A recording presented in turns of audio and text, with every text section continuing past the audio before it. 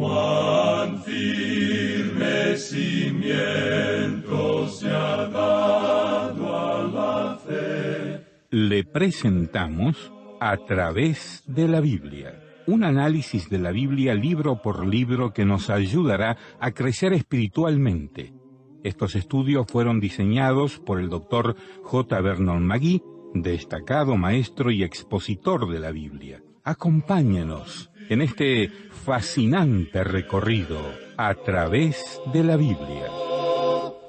La palabra de Dios.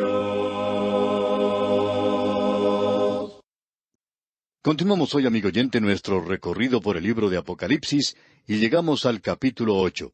En este capítulo 8 tenemos que se abre el séptimo sello. La apertura del séptimo sello presenta a 7 ángeles que tocan 7 trompetas. 4 de estas trompetas se presentan en este capítulo. Podemos apreciar que después de haber tenido este paréntesis del capítulo 7, donde se nos presentó estas 2 multitudes, creemos que ahora se continúa con la apertura de los sellos. Solo falta la apertura del séptimo sello, recuerde usted. Este es el bosquejo de la norma que utiliza Juan para que no nos extraviemos. Él va a continuar actuando en esta manera. Habrá una serie de 7, y en realidad aquí se presentarán 4 que tienen que ver con el período de la gran tribulación. Él presenta primero 6 de cualquiera que sea la serie. Luego tendrá un paréntesis que ayuda al entendimiento de esa serie en particular. Y luego llega a la apertura del séptimo, ya sea un sello o sea el toque de una trompeta. Y eso en sí mismo introduce la próxima serie de 7, lo que indica que están interrelacionados, están unidos, pertenecen en realidad al mismo período. Así es que aquí tenemos la apertura del séptimo sello que introduce los 7 ángeles con las 7 trompetas, y eso establece la norma para lo que sigue en el libro de Apocalipsis. Ahora, antes de presentarse lo séptimo de cualquiera sea la serie, se presenta un tema secundario para dar más luz a esa serie en particular. Y repetimos esto porque creemos que es importante de notar de nuestra parte. No hay ninguna razón para quedarse atascados y tampoco existe ninguna razón para ser sensacional en este punto. Para comenzar, cuando llegamos al capítulo 4, él dijo, «De aquí en adelante todo está en el futuro. Las cosas que serán después de estas cosas», dice Juan. Y ahora nos encontramos en esa sección. Estamos viviendo en las cosas que son presentes, o sea, en la edad de la iglesia.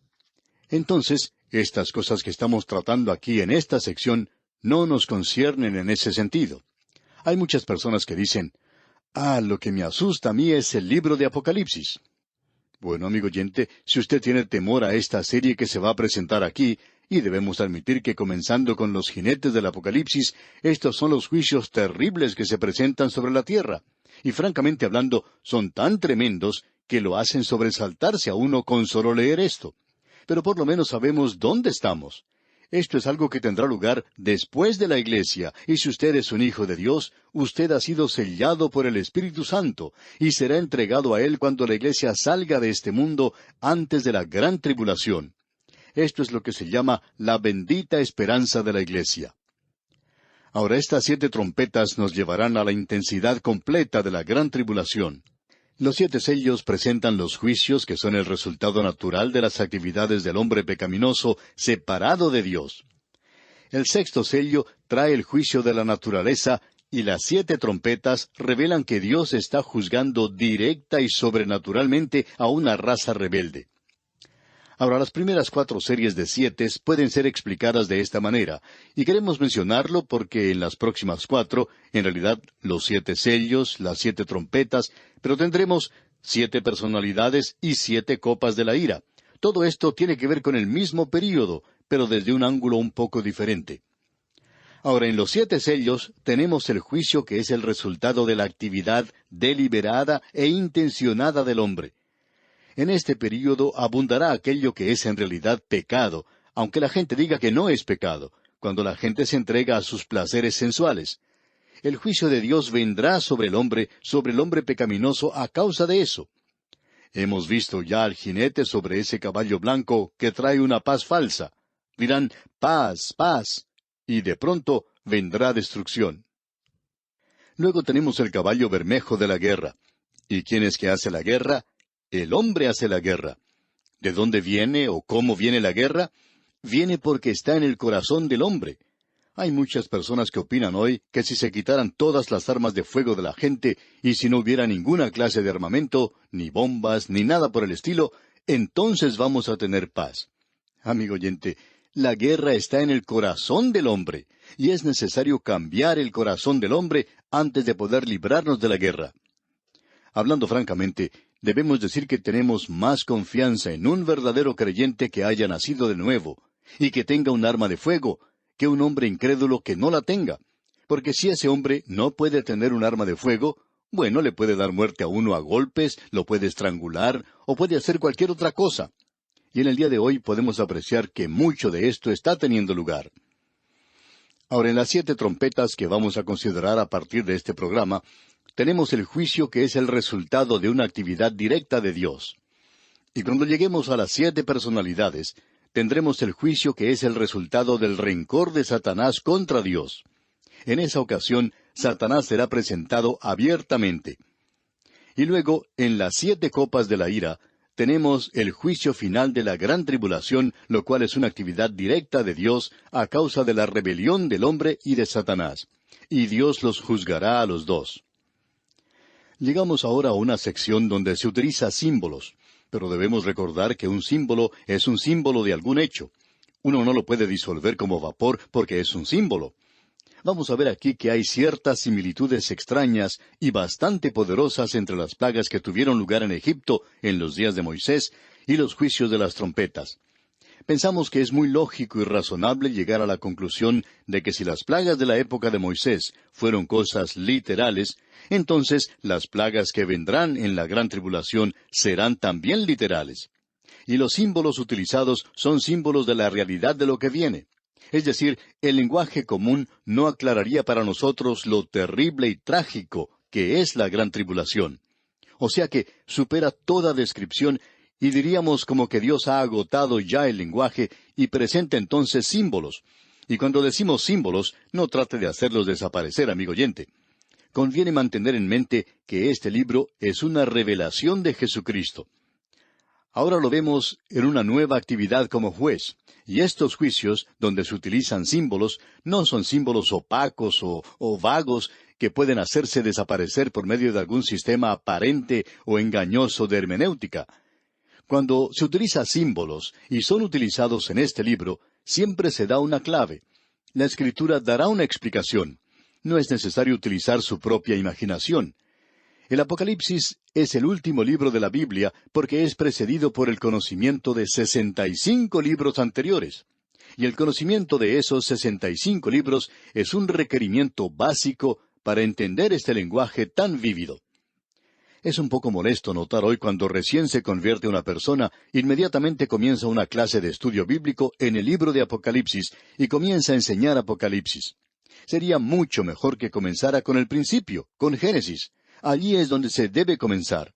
O podría tomar cualquier otro libro, pero no tome el libro de Apocalipsis para comenzar a enseñar. Debemos recordar, amigo oyente, que nosotros ya hemos pasado casi 5 años recorriendo a través de la Biblia. Creemos que esto nos da el derecho de enseñar ahora el libro de Apocalipsis. No lo haríamos de ninguna otra manera. Y fue el apóstol Pedro, usted recuerda, quien dijo, entendiendo primero esto, que ninguna profecía de la Escritura es de interpretación privada. Usted no interpreta Apocalipsis por sí mismo. Hay otros 65 libros que le anteceden. Y estos símbolos que se presentan aquí son cosas que no se van a disolver como vapor en el aire. Es imposible borrarlos. No se les puede quitar. Esos símbolos se presentan por una realidad terrible y debemos reconocer eso. Ahora aquí tenemos la apertura del 7º sello y eso presenta a las 7 trompetas. Así es como ha sido preparado todo este libro, y si se sigue la estructura del libro como ha sido preparada, entonces impedirá que uno se aparte hacia el fanatismo y el sensacionalismo. Y por cierto que como creyente, uno debería evitar el decir que el libro de Apocalipsis es algo terrible, que nos atemoriza. No debería atemorizarle, sino que debería serle de consuelo.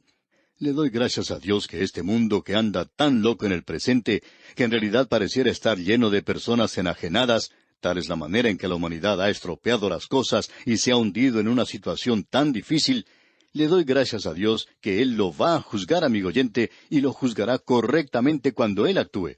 Y Él va a actuar. Estoy agradecido por eso. Es algo que me da mucho consuelo el reconocer eso, y me hace sentir muy lleno en el presente. Ahora a veces se nos dice que digamos esto o aquello por radio en cuanto a algún culto o secta que se presenta. No es nuestra tarea la de llegar y hacer eso aquí y denunciar alguna otra cosa. Nuestra tarea es sencillamente la de esparcir, la de predicar la palabra de Dios, y eso es lo que vamos a hacer. Él arreglará las cosas algún día. No queremos nosotros tener esta tarea por nada del mundo, y nos agrada saber que esa es la tarea de Él. Él arreglará este mundo y Él va a actuar en juicio. Quizá a usted no le guste esto, el hecho de que Él va a juzgar, el general Jesús, y ya hemos visto que la ira del Cordero era algo aterrador para aquellos en la tierra. Y cuando uno habla en cuanto al general Jesús, es necesario familiarizarse con Él. Él murió por usted, Él le ama, Él quiere salvarle, amigo oyente, pero si usted no quiere tenerle, entonces en su futuro hay un juicio aterrador. Ahora alguien quizá nos diga que estamos tratando de asustar a la gente. Bueno, amigo oyente, nos gustaría asustarle para que usted llegue al cielo, si pudiéramos hacerlo. Pero sabemos que la gente de hoy es demasiado sofisticada para eso y hay demasiados cínicos. Pero, amigo oyente, el juicio se aproxima a esta tierra. Y nosotros decimos, aleluya. Me agrada saber que Él viene porque me agrada que Dios no permitirá que esto continúe como hasta el presente. Ya ha pasado demasiado tiempo. Bien, por lo menos queremos poner ahora nuestro pie en el umbral de este capítulo 8, y el primer versículo de este capítulo dice, «Cuando abrió el séptimo sello, se hizo silencio en el cielo como por media hora». El autor de estos estudios bíblicos, el Dr. J. Vernon McGee, contaba que hace muchos años él hablaba en reuniones de jóvenes y se encontraba en un campamento en una ocasión con unos 300 o 400 jóvenes, y cierto día vio venir hacia él un grupo de niñas, y en el medio de ellas había un muchacho, y parecía que ellas lo iban a destrozar. Estaban haciendo mucho ruido, por cierto. Él no sabía de qué se trataba hasta cuando llegaron junto a él, y querían que él se enterara de lo que decía este joven. Y este joven dijo, «Doctor McGee, ¿sabía usted que no habrá ninguna mujer en el cielo?» Y el doctor McGee le contestó que no sabía eso. Y le preguntó si tenía alguna escritura que le sirviera de base para decir eso. Y le dijo que sí, que tenía un pasaje en las Escrituras y dijo que iba a haber silencio en el cielo por media hora, y que si hubiera mujeres allí, pues no podrían guardar silencio por tanto tiempo. Bueno, creemos que este joven sufría de un prejuicio, y todas esas jóvenes que le rodeaban estaban tratando de corregirle en esa interpretación en particular. Y estamos de acuerdo con lo que ellas decían, porque ese no es el significado, por supuesto, que se presenta aquí. Esto no quiere indicar que no va a haber ninguna mujer en el cielo. Bien, comenzamos este pasaje quizá de una manera ligera, liviana, y quizá nos equivocamos en hacer eso, porque aquí tenemos un pasaje que tiene mucha solemnidad y es muy serio, por cierto. El Señor Jesucristo aún está en control de las cosas. Él abre el séptimo sello y se introduce una fanfarria de 7 trompetas. Él dirige la acción desde el cielo. Él está a cargo de todo. Y Él está dirigiendo lo que está ocurriendo. Y tenemos que mantener esto en mente a través de todo este punto. No pierda de vista, amigo oyente, el hecho de que el Apocalipsis le presenta al Señor Jesucristo en su gloria, como el juez de toda la tierra. Amigo oyente, usted puede engañarse si Cristo es solamente presentado como el Jesús manso y humilde, que solamente hacía cosas buenas, y así hizo. Pero, amigo oyente, debemos notar que aquel que es el Cordero se presentará, como hemos leído, un día con la ira del Cordero. Juan había dicho de él, «He aquí el Cordero de Dios que quita el pecado del mundo».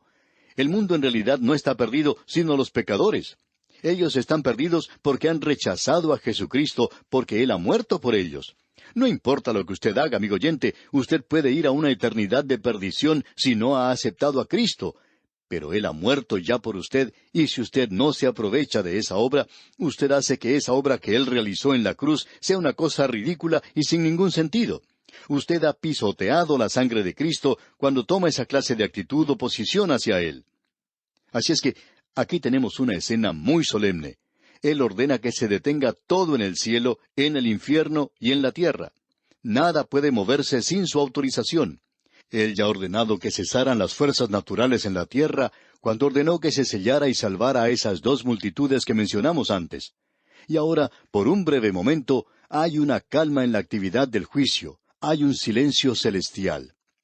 Godet definió esto de la siguiente manera: este silencio es una pausa para la acción. Y eso nos gusta mucho. Es la calma antes de la tormenta. ¿Por qué sucede este silencio tan extraño? Bueno, su paciencia no se ha agotado. Cuando fue abierto el sexto sello, y la naturaleza respondió con una convulsión poderosa, los hombres de valor se atemorizaron por un momento. Cristo les dio la oportunidad de arrepentirse. Pero como sucedió con Faraón en el pasado, cuando se quitó la presión de ellos, su corazón engañoso volvió a su intención original. Así es que muchos hombres regresan a la conducta blasfema cuando existe la calma. Probablemente se reprocharán a sí mismos por haber dado muestra de cobardía. Después de todo, solo era la naturaleza la que estaba reaccionando. No era Dios después de todo. Y todo puede ser explicado por causas naturales. Y eso es lo que ellos dirán. Pero, amigo oyente, es la calma antes de la tormenta, como alguien dijo en el pasado. Los pasos de Dios de misericordia al juicio son siempre lentos, medidos, y como que no quiere darlos. Dios es un Dios lento para la ira. El juicio es una operación extraña. El profeta Isaías dice en el capítulo 28 de su profecía, versículo 21, «Porque Jehová se levantará como en el monte Perasim, como en el valle de Gabaón se enojará, para hacer su obra, su extraña obra, y para hacer su operación, su extraña operación». ¿Y qué es esto? ¿Qué es extraño en cuanto a Dios? Él juzga, amigo oyente. Él es un Dios de amor, pero es un Dios de amor que juzga a sus criaturas. Y Él dice que no siente ningún placer en la muerte de aquel que muere. Este silencio del versículo 1 de este capítulo 8 de Apocalipsis entonces marca la transición de la gracia al juicio. Él está esperando. Y amigo oyente, Él está esperando hoy. Él está esperándolo a usted si usted todavía no ha ido a Él. Y usted puede acercarse a Él ahora mismo, porque Él es un Salvador misericordioso. Acuda a Él en esta hora y sea salvo por toda la eternidad. Bien, amigo oyente, vamos a detenernos aquí por hoy, y Dios mediante continuaremos con este interesante estudio en nuestro próximo programa. Mientras tanto, le sugerimos que usted continúe leyendo el resto de este capítulo 8 y se familiarice con su contenido para que así esté mejor preparado para nuestro próximo programa. Que Dios le bendiga maravillosamente. Continuamos hoy, amigo oyente, nuestra marcha por el libro de Apocalipsis. En nuestro programa anterior apenas logramos comenzar el capítulo 8 de este último libro del Nuevo Testamento, donde se habla de las 7 trompetas. Lo que tenemos aquí es la apertura del séptimo sello, el último sello. Con esto también se abrió la siguiente serie de 7. Cada una de estas series entrará a la próxima serie de la misma manera, lo cual las une a todas ellas. Están todas unidas en un grupo. Estamos cubriendo este período que es conocido como el período de la Gran Tribulación. El Señor Jesucristo lo llamó así, y Juan ya nos ha dicho que este es el período de la Gran Tribulación. Esperamos que no haya personas que quieran discutir en cuanto a esto, porque el Señor Jesucristo y Juan han llamado a este el período de la Gran Tribulación. Ahora, los sellos que han sido abiertos nos parece que cubren de manera amplia la totalidad del período. Pero cuando se llega a las trompetas, llegamos a esa parte tan intensa del período de la Gran Tribulación que veremos más adelante y que ha sido llamada como los últimos 3 años y medio de este período. En nuestro programa anterior vimos que hubo silencio en el cielo como por media hora. Es algo terrible, tiene que ver con lo que es muy solemne. Ahora esto puede ser aterrador para algunas personas porque se está preparando el juicio que vendrá sobre la tierra. Este es el momento previo a la tormenta del juicio que viene sobre la tierra durante ese período en particular, y es lo que llamamos la calma antes de la tormenta. En algunos lugares la gente acostumbra enfrentar a las tormentas. La gente de la zona hasta construye habitaciones o sótanos especiales para protegerse de las tormentas que son comunes en ese lugar. El autor de estos estudios bíblicos, el Dr. J. Vernon McGee, decía que cuando él era joven, su padre le había construido un sótano de refugio para las tormentas, y que él debía pasar mucho tiempo durante la primavera y durante la primera parte del verano en ese sótano para protegerse de las muchas tormentas que azotaban el lugar. En cierta ocasión, él y su padre estaban mirando una tormenta que se aproximaba, y pudieron darse cuenta que no iba a azotar su propio lugar. sino una ciudad a unos 15 kilómetros de distancia. Pero antes que se desatara la tormenta, ellos se dieron cuenta de que había una calma tremenda. Hasta entonces el viento había estado soplando con fuerza y estaba lloviendo mucho, y se podía escuchar los truenos y ver los relámpagos. Pero de pronto todo se detuvo y por unos momentos hubo un silencio sepulcral. Y de pronto se desató un viento tremendo. Ellos casi no tuvieron ni tiempo para poder cerrar la puerta del sótano y protegerse de la furia de la tormenta. Y es así como se desatará la gran tribulación sobre la tierra. Y se nos presenta aquí con estas trompetas. Ahora, comenzando aquí con el versículo 2 de este capítulo 8 de Apocalipsis, y hasta el capítulo 11, tenemos el sonar de estas 7 trompetas. En primer lugar, en los versículos 2 al 6, tenemos a un ángel ante el altar con un incensario de oro. Veamos entonces lo que nos dice el versículo 2 de este capítulo 8 de Apocalipsis. Y vi a los 7 ángeles que estaban en pie ante Dios, y se les dieron 7 trompetas. Aquí se nos presenta a 7 ángeles en un grupo especial. Creemos que Gabriel se encuentra en este grupo porque se nos dice que él estaba delante de Dios. Eso fue lo que él le dijo a Zacarías cuando anunció el nacimiento de Juan el Bautista. Él le dijo, «Yo soy Gabriel, que estoy delante de Dios». Y aparentemente él es uno de estos ángeles.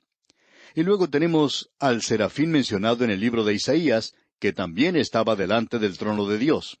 Pero estos 7 ángeles parecen ser de una orden diferente a las del serafín, y la razón para esto es que la misión o el servicio de ellos es completamente diferente. Ahora, estas 7 trompetas tienen un significado especial para Israel, y no queremos perder de vista esto. Lo consideramos de mucha importancia. Aquí podemos apreciar que es esencial tener un conocimiento de lo que dice el Antiguo Testamento. Y es allá en el libro de Números, donde uno puede encontrar que Moisés recibió instrucciones de parte de Dios para preparar 2 trompetas de plata, y el número 2 era el número de testigos. El Señor Jesucristo dijo en varias ocasiones que era necesario tener a 2 testigos. Y estas trompetas eran para ser usadas en la marcha por el desierto de una manera doble. En primer lugar, se debían utilizar para llamar a reunión. Y luego, cuando los hijos de Israel comenzaron su marcha por el desierto, eran utilizadas para dar la señal de partida. Eso lo veremos dentro de un instante. Podemos leer lo que nos dice allá el capítulo 10 de Números, versículo 2. Dice, «Hazte 2 trompetas de plata, de obra de martillo las harás, las cuales te servirán para convocar la congregación y para hacer mover los campamentos».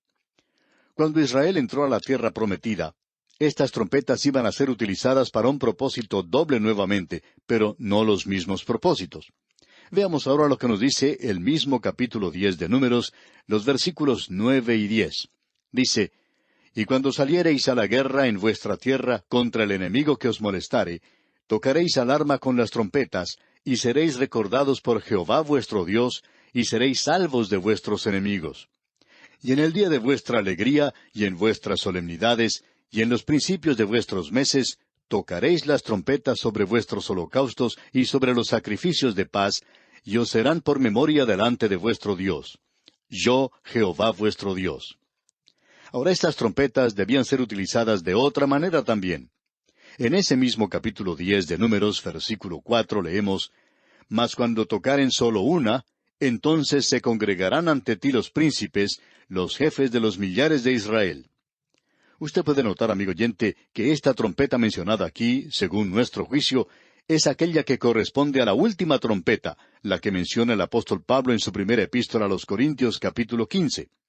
Pero esta era para reunir a cierto grupo de Israel que tenía que juntarse, y esta es la trompeta que menciona el apóstol Pablo, como dijimos en su primera epístola a los Corintios, capítulo 15, versículos 51 y 52, donde dice, «He aquí os digo un misterio, no todos dormiremos, pero todos seremos transformados en un momento, en un abrir y cerrar de ojos, a la final trompeta, porque se tocará la trompeta, y los muertos serán resucitados incorruptibles, y nosotros seremos transformados».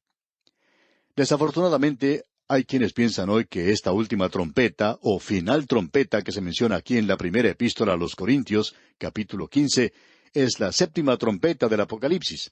Pero esto no tiene en realidad ninguna relación. Y el apóstol Pablo menciona al Señor Jesucristo en su primera epístola a los Tesalonicenses, capítulo 4, versículo 16, donde dice, «Porque el Señor mismo, con voz de mando, con voz de arcángel y con trompeta de Dios, descenderá del cielo, y los muertos en Cristo resucitarán primero». Lo que tenemos aquí es la voz del Señor Jesucristo. Él da una voz de mando potente, y la voz de arcángel indica una voz como esa, como la del arcángel. La trompeta de Dios es aún su voz. Su voz sonará como una trompeta. Y ese es un hecho bíblico.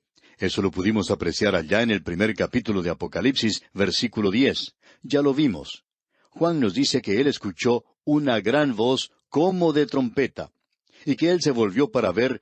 ¿Y qué fue lo que vio? A Cristo glorificado. Bueno, el Cristo glorificado va a llamar a los suyos, y creemos que cuando Pablo habla de la final trompeta, de que la trompeta sonará, los muertos resucitarán, ese es el llamado del Señor Jesucristo. Ese es el último llamado que Él hace a la iglesia, y por tanto es llamada la final trompeta. Pero el tipo de esto es este. Al llamar de entre los hijos de Israel a los príncipes, suena solo una trompeta. Y eso no tiene relación con el movimiento de los hijos de Israel en su marcha por el desierto. Ahora aquí tenemos algo que tiene un significado especial, y queremos que usted se dé cuenta de eso. La trompeta hacía sonar una alarma que hacía poner en marcha a Israel en el desierto. Y esa alarma se hacía sonar para que comenzara a marchar cada división. Notemos esto, amigo oyente. Las tribus estaban divididas en 4 grupos de 3 tribus cada uno en los 4 lados del tabernáculo. Y había 3 familias de Leví que llevaban los artículos del tabernáculo. Ellas eran Gersón, Coat y Merari. Bueno, 4 más 3 son 7. Había que hacer sonar la trompeta para que comenzara a marchar Israel. Y cuando se hacía sonar esa trompeta, comenzaba a marchar el arca, y los coatitas eran quienes la llevaban. Luego marchaba la tribu de Judá, y las 2 tribus bajo la bandera de Judá, y así hasta que todos comenzaran esta marcha. Usted se da cuenta que todo se hacía ordenadamente en ese campamento. Cada familia conocía su lugar. Cada hombre mantenía su posición. No había ninguna clase de desorden en el campamento de Israel, y esa es la razón por la cual el apóstol Pablo nos dice, «Pero hágase todo decentemente y con orden». Nos gustaría mucho ver que la iglesia fuera tan ordenada como lo era Israel en su marcha por el desierto. Era necesario 7 trompetas para hacerlos marchar. Ahora, aquí hay un beneficio positivo de estas trompetas. Las 7 trompetas de Apocalipsis tendrán el resultado positivo de hacer mover a Israel a su tierra. Creemos que será necesario estas 7 trompetas para que todo Israel regrese a su tierra. Esta es otra razón por la cual no creemos que el presente regreso de Israel a su tierra sea el cumplimiento de la profecía. Esto será cumplido en el período de la gran tribulación, cuando se haga tocar las 7 trompetas, como sucedió en la marcha por el desierto. Después de la 7ª trompeta, Israel es identificada para nosotros en el capítulo 12 como algo que merece la protección especial de Dios. Así es que es esencial que comprendamos esto de las trompetas, porque esto evitará que identifiquemos a la última o a la trompeta final de la iglesia con las 7 trompetas del Apocalipsis. Y las trompetas de Israel fueron utilizadas en la batalla de Jericó. Así es que los muros de la oposición de este mundo a Dios se derrumban y caen durante la gran tribulación. Y cuando el Señor Jesucristo venga, Él dominará el último vestigio de la rebelión contra Dios y establecerá su reino. Este es un libro de triunfo y de victoria de nuestro Dios. Y al final se encuentra este coro de aleluya. Y en el versículo 3 leemos, «Otro ángel vino entonces y se paró ante el altar, con un incensario de oro, y se le dio mucho incienso para añadirlo a las oraciones de todos los santos sobre el altar de oro que estaba delante del trono». Aquí tenemos a otro ángel. Podemos decir positivamente que este no es Cristo. Es decir, que el Señor Jesucristo ya no está más en la posición de intercesor por la iglesia. Pudimos ver en los capítulos 4 y 5 que Él sale de esa posición, y a Él se le da el libro con los 7 sellos. Y de allí en adelante, todo lo que sucede en Apocalipsis está a su cargo. Él no se está moviendo como uno de los actores aquí en la escena terrenal. Él se encuentra en el cielo con la iglesia, en este momento en particular. Él no es ya el intercesor. Él está ahora ocupando el lugar de juicio y mantiene el libro de los 7 sellos. Y Él acaba de abrir el 7º sello. y Él dirige toda esta actividad desde el trono. Y este ángel, como se expresa aquí, es sencillamente otro ángel. No creemos que el Señor Jesucristo pudiera ser identificado de esa manera. Ahora, en el Antiguo Testamento, Jesucristo preencarnado se aparecía como un ángel. No creemos que Él vuelva a aparecerse como un ángel. Él será como es en ese cuerpo glorificado en el cual nosotros le veremos algún día. Ahora, este altar de oro es el lugar donde se ofrecen las oraciones. Así es que no es un lugar de intercesión este altar de oro. Él está ahora sobre el trono. Al incienso se lo identifica o se lo compara con la oración. Es un tipo de oración. Esto no es fruto de nuestra imaginación porque allá en el Salmo 141, versículo 2, David dice, «Suba mi oración delante de ti como el incienso, el don de mis manos como la ofrenda de la tarde». El incienso, pues, habla del valor del nombre y obra de Cristo en la oración. Él dice, «Todo lo que pidiereis al Padre en mi nombre». Y ese es su mandato. En el día de hoy hay una costumbre, un hábito en el que muchos están cayendo, muchos de aquellos que en realidad creen en la palabra de Dios. Esta gente termina su oración diciendo sencillamente amén. Alguien dijo en una ocasión, es redundante decir eso porque en su corazón usted ya está orando en el nombre de Jesús.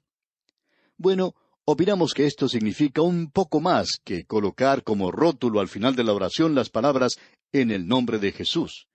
Y quisiéramos decir esto, que si usted está haciendo una oración en el nombre de Jesús, especialmente una oración pública, tiene que estar seguro de decir eso, en el nombre de Jesús. Creemos que esto es muy importante. Y aquí vemos que se está ofreciendo este incienso, un incienso de sabor dulce. A usted y a mí no se nos escucha por utilizar un lenguaje muy florido o elocuente en nuestras oraciones, sino que se nos escucha cuando hacemos nuestra oración en el nombre de Jesús. Ahora el incienso fue entregado a este ángel.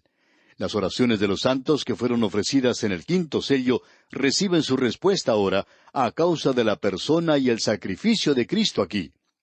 Leamos el versículo 4 de este capítulo 8 de Apocalipsis. Y de la mano del ángel subió a la presencia de Dios el humo del incienso con las oraciones de los santos. Y ahora la oración recibirá su respuesta a causa de Jesucristo. Leamos el versículo 5. Y el ángel tomó el incensario y lo llenó del fuego del altar y lo arrojó a la tierra. Y hubo truenos y voces y relámpagos y un terremoto. El sumo sacerdote llevaba un incensario con él cuando llevaba la sangre al lugar santo.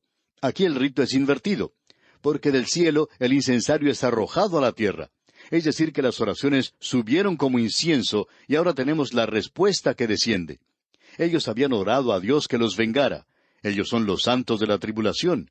Y la tierra, habiendo rechazado la muerte de Cristo por el juicio de sus pecados, ahora debe soportar el juicio de sus propios pecados. La gran tribulación se pone entonces en marcha. Y aquí dice, y hubo truenos. Eso demuestra que se acerca la venida de la tormenta del juicio de Dios. Y luego dice, y voces. Eso revela que esta es una dirección inteligente de Dios y no una obra de las fuerzas naturales que no tiene propósito. Dios está a cargo de esto. Luego los relámpagos siguen a los truenos.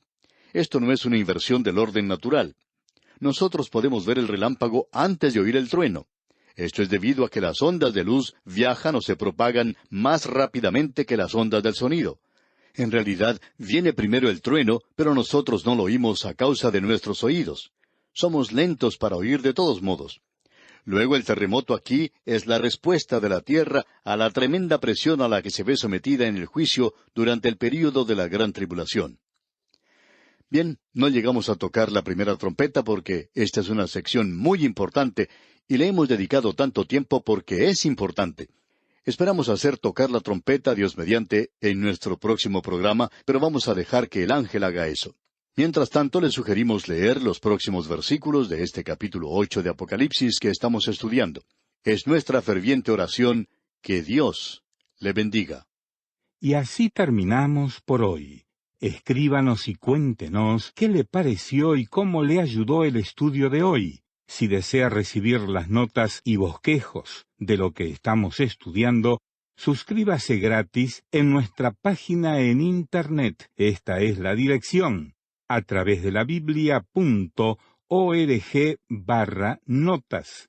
a través de la Biblia.org/notas. Repito, a través de la Biblia.org/notas. Si desea escuchar nuevamente el programa o si se perdió alguno de ellos, vaya a través de la Biblia.org/recursos. Repito, a través de la Biblia.org/recursos. A través de la Biblia.